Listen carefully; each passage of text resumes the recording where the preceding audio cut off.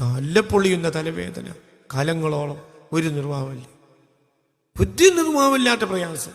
അപ്പോഴാണ് എന്തൊരു മെഡിക്കൽ സയൻസിന് മരുന്ന് കണ്ടുപിടിക്കാൻ കഴിയുന്നില്ല. എന്താ രോഗം? തലവേദന.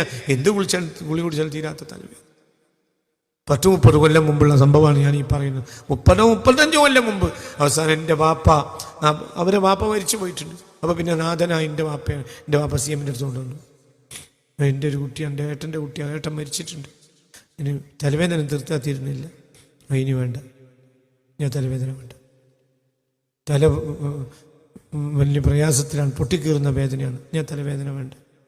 ഡോക്ടർമാർ ഓപ്പറേഷൻ ചെയ്യണമെന്ന് പോലും പറഞ്ഞിട്ടുണ്ട്.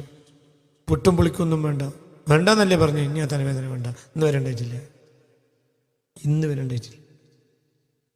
അങ്ങനെ ഇത്രേ ഈ മനുഷ്യന് എന്താ നടക്കട്ടെ.